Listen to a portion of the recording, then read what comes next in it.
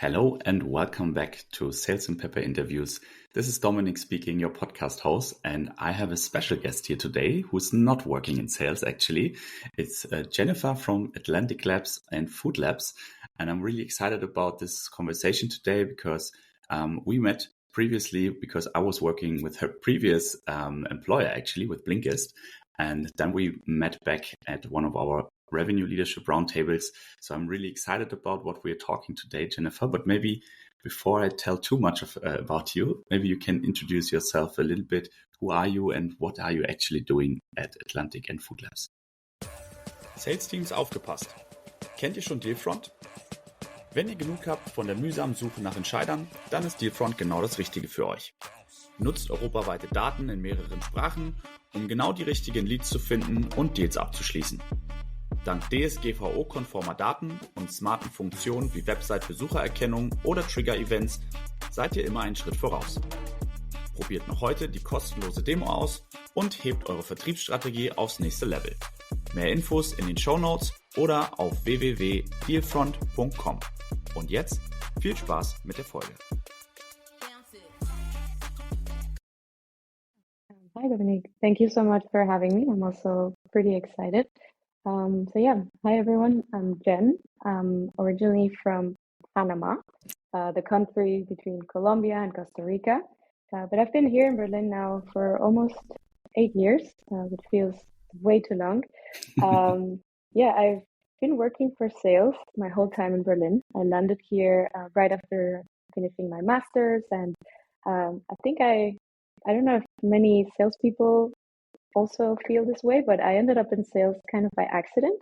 I didn't know what I wanted to do, and I thought, well, let's try this thing called business development, whatever that means. And my very first role, 7 years ago, was working at a B2C company called Medigo, where I was doing sales.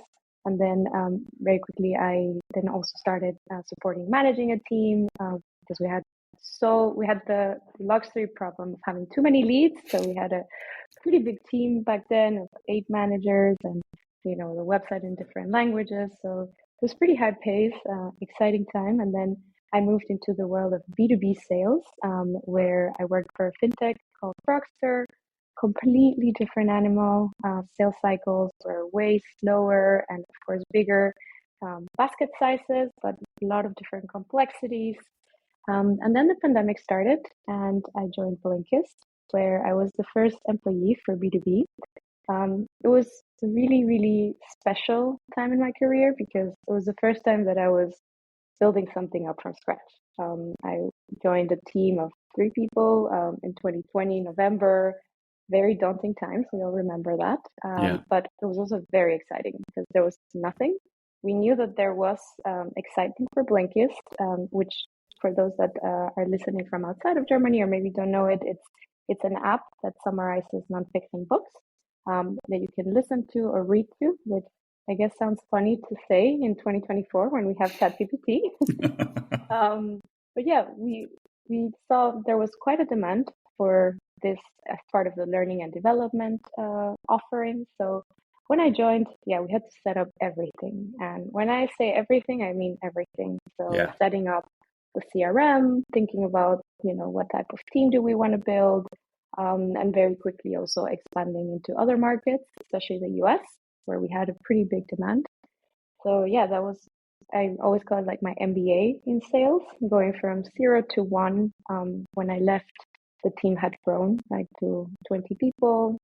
We had many, many customers. Blinkist got acquired. So really in 2.5 years, I got to see so much and grow. And last year when I left Blinkist, I joined Atlantic Labs and Food Labs, where I'm part of venture development. And what it means is that we support our founders after we have invested. So, we have typically supported mainly in everything that has to do with people, so hiring or organizational development. And I'm the first one that also supports with that sales eye or go-to-market eye, and really being that sparring partner to founders. And Atlantic Labs and Food Labs, we are 2 early stage VCs based in Berlin. I'm very excited to be here today and talk to you about sales. Yeah, I think it's a super impressive journey you just described, and especially because many people, as you said, like landing a sales job by coincidence, and then it's always, this. Recently had a podcast about it, like how does actually the journey look like when you want to make a career in sales, and many people just think like, okay, I'm an SDR, then I got an account executive, then I'm going to be a team lead or manager one day. So it's just like a very narrow, corridor that you can go actually, but there's so many other options. So I think your story really proves, and also mine, I think it's like, there's so many things you can do when you have been working in sales. And I think especially what you just described, like this luxury problem with having too many leads. I think a lot of people are like, okay, I don't know this problem at the moment. So I think it's really cool if we can jump a little bit deeper into that topic first, because I think you just described it. This was like a couple of years ago already, where companies had a lot of leads. What do you see currently? Like, what is your if you look at your portfolio companies, or maybe just like in general at the market, what would you say, what are the, let's say, 1 to 3 biggest challenges that go-to-market teams are actually facing at the moment? Yeah, I mean, I'll start with the portfolio and then I'll also talk about the market, because I mean, the portfolio founders that I'm working with, they're at that 0 to 1 stage where they're doing sales or they have just brought that first salesperson. And I think one thing that I've realized, I mean, joining VC, I had to listen to it and learn a lot of things, right? And everything you hear online, you need to take it with a pinch of salt, but also really think, for what stage is it valid? Because a lot of times in sales and also in VC, the advice you hear can be really damaging if it's said at the wrong time. So, so for the portfolio founders that I'm working with, I think one of the biggest challenges at the moment is defining who do you want to target? Who is your ICP? And I think this, I don't know if this is also a problem outside. I didn't really have that problem at Blinkist because I was the salesperson, so I just wanted to close any deal. But when I talk to founders, I really challenge them and I say, who do you target and why? And it's an interesting relationship because, of course, they want to close any deal as well. They want to serve as many customers as possible, and they want to target a big market. And that's exciting. But the truth is, day to day, you need to be very narrow, because what you want is you want people that resonate deeply, but you want people that want to pay. Like, you don't just want to solve a nice problem, but a really painful problem. So I spend a lot of time talking about ICP and really narrowing down as much as possible to the point where I make them a little bit uncomfortable, because you want to really find initially clients that are desperate for what you're selling. You want to really, I mean, this infamous product market fit, it's really just finding people that have a problem that is urgent and that they're willing to pay for it to be solved, and you having a product that solves it, right? So I would say, number one, it's very challenging to do that, because then maybe what you had in mind and the reality, there's a bit of a disconnect between that.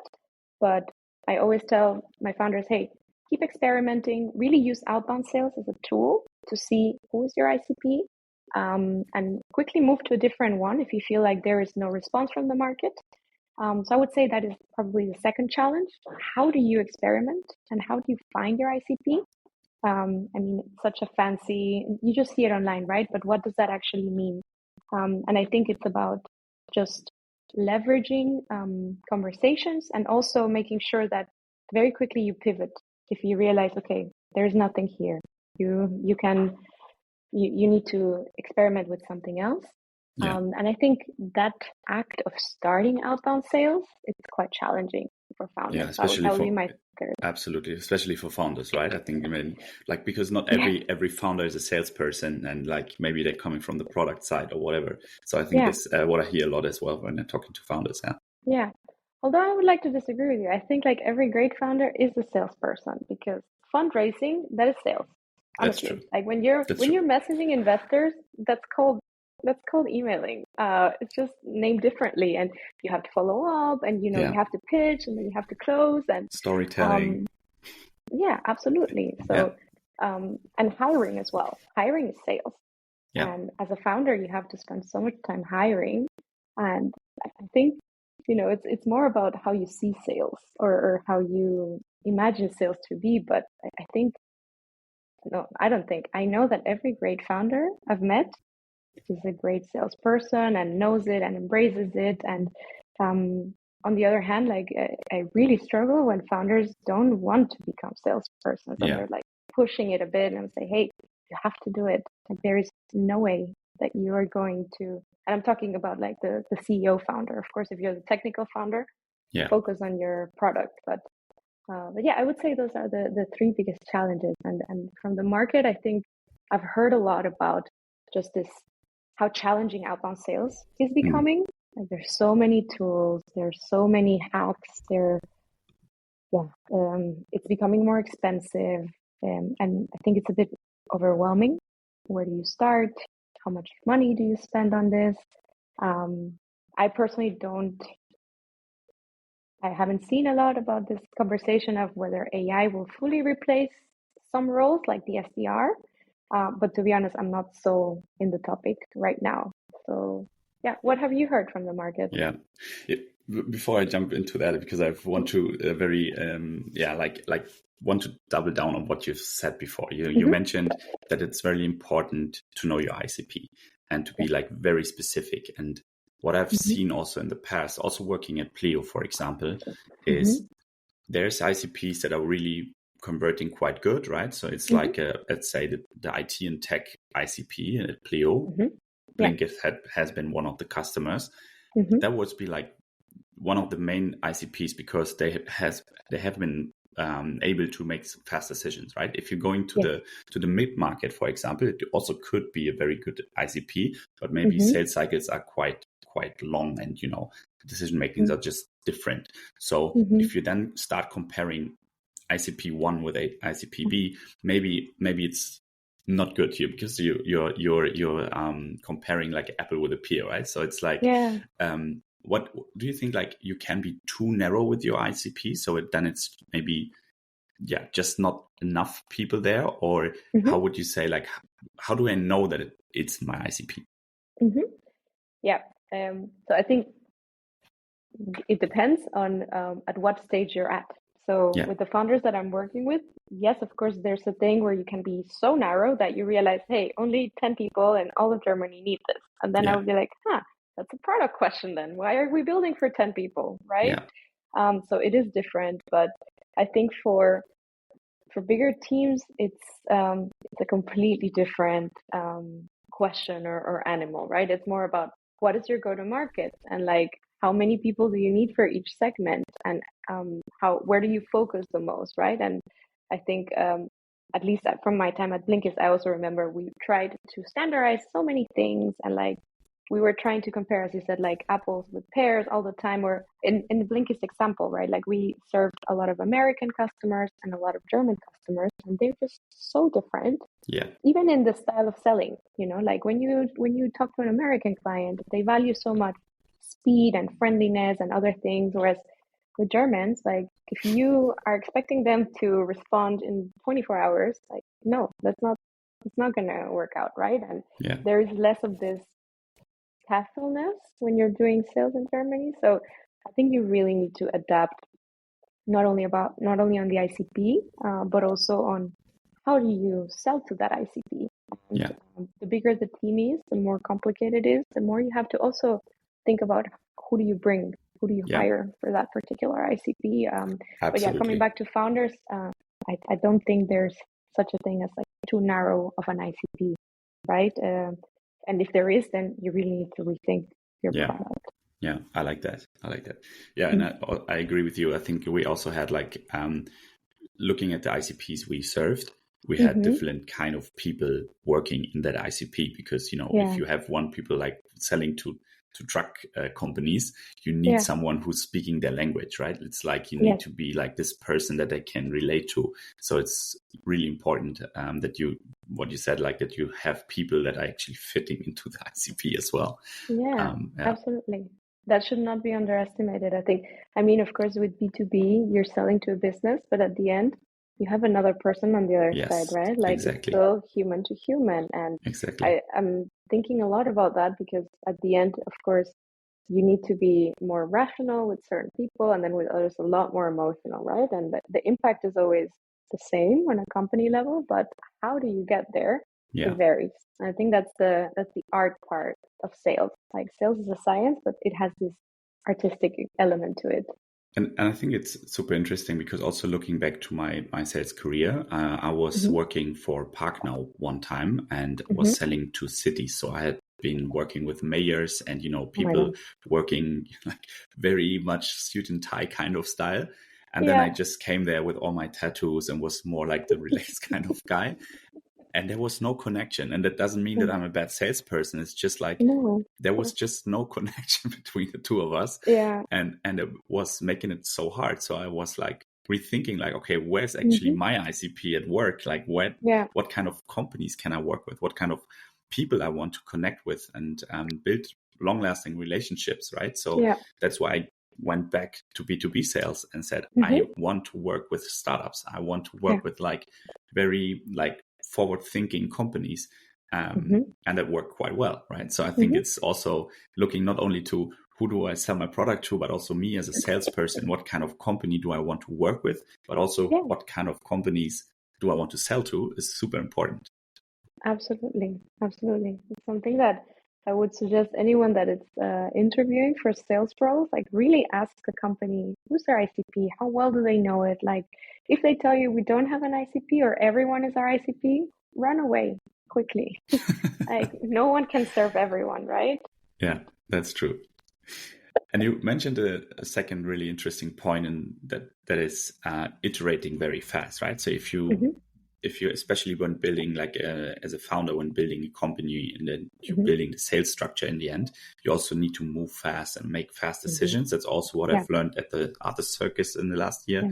It's like, it's all about speed. You just, if you think it too long, it's not good. You just make fast decisions and just go for it, try it out. And if you fail, then of course you need to adapt.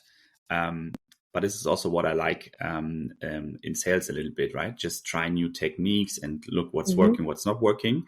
But on the other hand, I also saw a lot of sales teams iterating too fast. So if you try something out, you send out 10 emails. That's not enough to say, okay, it's working or it's not working. What would you recommend here? Like what's maybe too fast, and what would you say is like the right amount of time you should try something out, that you actually can make a decision if it's a good decision or not? That is such a good point. And it's also something that I'm very mindful of when I'm talking to founders, because saying things like experiment, that means absolutely nothing, right? Like you also need frameworks and actually ways on how to do it. So the way I like working with the founders is that we work in sprints as if we were a product team, and we just say, what do we want to achieve in the next 2 weeks? And what is our target? Because I do think that sometimes it's a bit weird to set up targets for yourself when you're the founder. Because you're like, okay, I mean, what am I going to do if I don't reach them? Am I going to fire myself, or what does this mean? But I do think that in sales, you need to measure everything, and you also need to set goals for yourself to know where do you want to reach and to get a feeling also. I think targets, I see it very similar to when you're training for a marathon, right? Like if you're training just for fun, of course, it doesn't matter if you don't reach your target or you do, but you kind of want to have a feeling of where do you land, right? So you say, oh, I'll try to run the marathon in 4 hours. And for that, I need to maybe have a speed of, 6 minutes per kilometer. And whether you reach that or not, that's a different story. But just having this mentality of, okay, in order to reach this big goal, I need to reach all of the smaller goals. And if I'm training and in every training I have a really bad speed, then I'm definitely not finishing it in 4 hours. I'm going to finish it in 5. And I think it's similar with sales and with founders. Like you need to eat the elephant one bite at a time and really break it down. So working in sprints really has helped me. At Blinkist, I also did this a lot because one of our first sales hires, shout out to Mon, you also know, he came from product. So actually we worked a lot in sprints, and initially when you're moving so fast, you're also breaking a lot of things. And I think, when you have this concept of sprints, you can have a fresh new start every 2 weeks because you say, let's try this new campaign. Let's try this new approach. Let's see how the KPIs were for the last one. With sprints also, I think it's good to every now and then do retros, maybe not every 2 weeks because you need time with sales, especially B2B. But in 2 weeks, you can definitely see at least the activity KPIs. So you want to see things like how's our open rate, how's our bounce rate, how's our reply rate, how many meetings are we booking? And like, that's already a very good indication. And especially now that the technical setup is becoming more and more complicated, right? Like you need to set up so many domains and you need to do data scraping. So you need to know early on if you are reaching people or not. And I think if you just tell founders or teams, hey, experiment and then pivot if it doesn't work. You also need to give timeframes and like self-imposed deadlines. And I like the sprints because, okay, in 1 quarter, we can run 6 sprints. Let's look at that. And it also, of course, always depends on the industry and on the basket size, because the bigger the basket size and the more niche the industry, you will need more time. Whereas, if it's a basket size of like 10K and you realize that you have quite nice account list, and it's very different, right? But I do like that. I like operating as a product team. Also because I do feel like, at least with founders at the beginning, when you're not so sure about your ICP, you are running sales calls, but you're also running product discovery because you want to see how bad is the pain. And that's very challenging because when you're in a sales call, you want to, you're dominating, you're closing the call, like you want to close the deal exactly. Whereas product discovery, it's more about, I want to go very in depth on your problem and really understand that. So again, that's what I loved bringing my CPO to my sales calls actually in my calls, because I just loved how deep his discovery was and like doubling down on what's really the pain. I really love that. Yeah, I love it as well. You mentioned another few very interesting points, Jen, and you said like also one common pain or like challenge at the moment in the market is the outbound part, and you just described it. There's so many new tooling. There's so many, it feels like every new week you hear something, okay, this is the new thing, what you need to do on. Then, of course, people are a bit confused because you mentioned it in the beginning. Not everything that is posted on LinkedIn or like you can find online or is in a new book is the perfect fit for you in your phase of the company, right? So I think it's really important also as a sales leader or even as a account executive to understand what is actually working good for me, because maybe social selling, everyone is saying, hey, you need to do social selling. But if I'm selling to like very conservative industry, they may be just not on LinkedIn and you maybe meet them at a coffee around the corner, right? So it's like, I think this is really important to understand. It's like, what is working good for myself, but keeping this mentality of trying out and not like saying, okay, this is not working, but really give it a try and test it. But what I've seen there is like what you described, this, I like the sprints, what you described, but I think a common mistake I've seen there is that people want to change too much at a time. So if you try something out, really just change one specific thing and then look what kind of impact it has, because otherwise you will maybe change like the title and the text of the email. And then you say, okay, it's got a better open rate, but it's like, if you want to, why? You need to know, what are you actually aiming for? Is it the opening rate? Is it the right? You want to just change the title, or is it the body or whatever? Is this something you also see, or is there what's your take on that? 100%. And I think on one hand, I love the hunger and the desire to move so fast and change things. But on the other hand, you're totally right. Like if you are completely starting from scratch, or even having, I don't know, more than 5 variables different, then it's very hard to know what is working and what is not. And I also always tell founders, hey, after a sprint, what I want is to have answers. Of course, the ideal answer is, oh, this ICP works really well and we close deals. But another answer could be, hey, this is a really bad ICP because no one cares about what we're doing. But what it's, in my opinion, failure is not knowing. This gray area where you're like, could be, but maybe not, but we don't really know, when it's inconcrete. And I think a lot of times when you experiment and you change so many things at the same time, you're prepping yourself to have this uncertainty, because you can say, oh, if it kind of worked, but not really.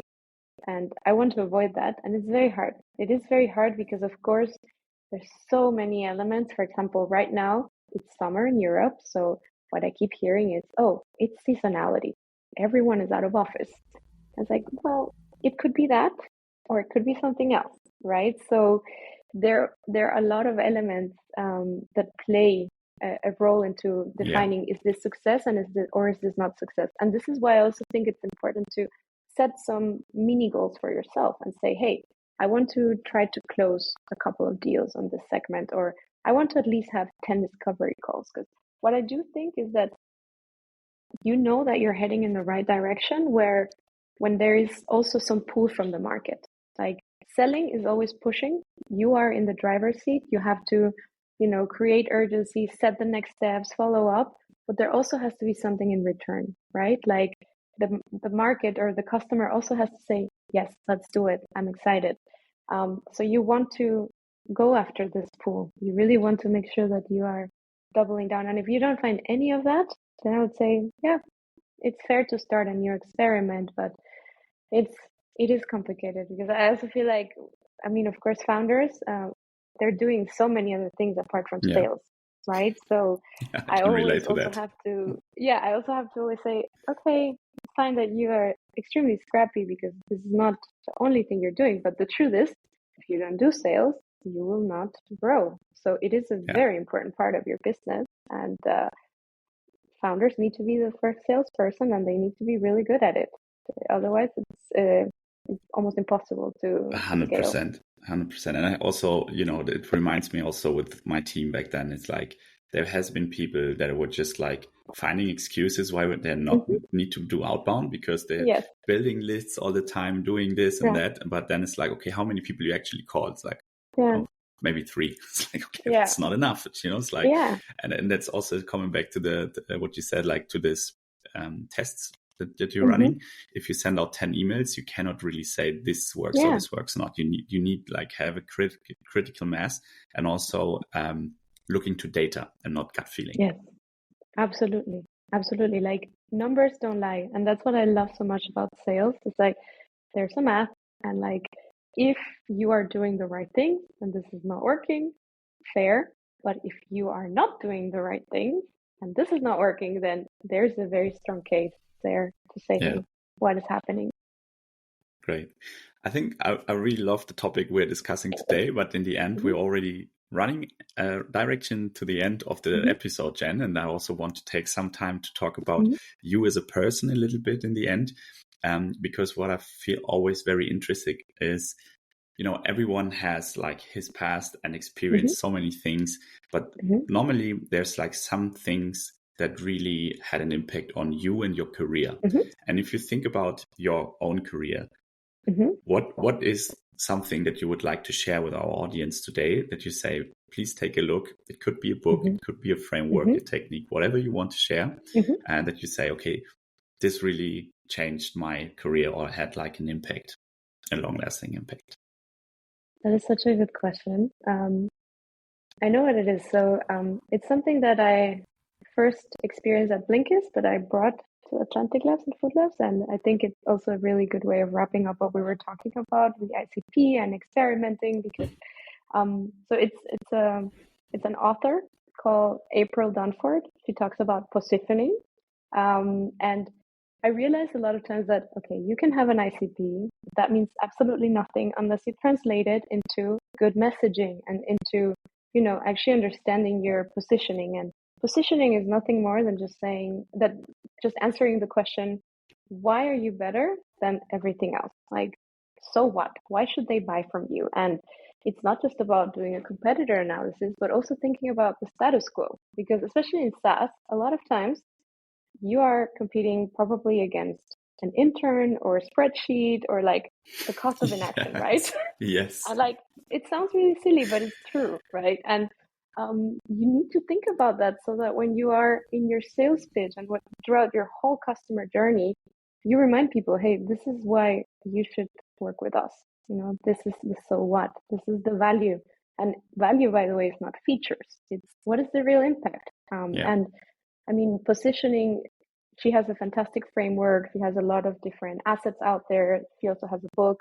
But this is also a workshop that I love running with founders after the ICP, because I noticed that usually from the ICP, they just want to go straight into outbound and messaging them. But for me, positioning is like the glue. It's a good moment to think about what problem are you solving and what value does that bring to your customers and how do you talk about it. And she also has a new book about sales pitch and like how to craft a really good sales story. And I would recommend anyone that is going through this process, whether that is if you're the first salesperson in the team or if you're a founder, or even for your business, for a side hustle. Like after thinking about your ICP, and there's many frameworks out there, think about the positioning and think about how do you bring value to them, and are you really including this message in every touch point? And if not, do it. It's so game changing, and it's hard. It's a bit hard to do the positioning because we talk about features so easily, but the value it takes a bit more. And she has great assets online for free. She also has a great podcast episode at a podcast called Lenny's podcast, which I love. So I would recommend. I know it's not the typical sales recommendation, but no, but I really valuable. Love what you just described, because this is 100% true what you just described. It's like looking back to my own career, you're especially when you're selling yourself, you come to a point where you're just selling the features. You will just say, okay, we have invoice automation. Yeah, but what does it mean for me? Like, so why do I need? Why do I need that? Right? It's like, and even the word automation is like, okay, why do I need to automate? Because of course you can automate, but what's the reason? Like, why do I need this? Of course you can save time here, but why? What is important? It's like, I love this picture of this, the tip of the iceberg below the sea. It's like people always focus on just the tip of the iceberg, and it doesn't really understand why do I want to change as a customer? Why do I need to change now and not like in 6 months? Or why haven't I been changing 6 months ago already? It's like if you don't understand that, it's really hard, or it's harder to close the deal. And also, it's like if you start speaking their language and showing that you understand the real value of your product, it's so much easier to sell. Absolutely. And like, remember, you are selling to other people, even if it's B2B, like there's someone else on the other side. So really think about what's the impact for them, and it's always more connected to value than features. And it's hard. Features, we all know by heart. Value takes a bit more work. Yeah. So that was a great recommendation. Thank you for that, Jen. And I think it's already half an hour now. So thanks a lot for being my guest today and sharing your expertise here. I hope we will see us one more time at the Revenue Leadership Roundtable in the future. And wish you all the best at Atlantic Labs and Food Labs, Jen. Thank you so much for having me. I really enjoyed it. And see you soon. And thanks for your work. It's I have to say, you were probably my first LinkedIn friend. We were connected for a long time, and then we met in real life, and it's very nice. So thanks for the work you're doing. Thanks a lot, and talk to you soon. Bye-bye. Thank you. Bye.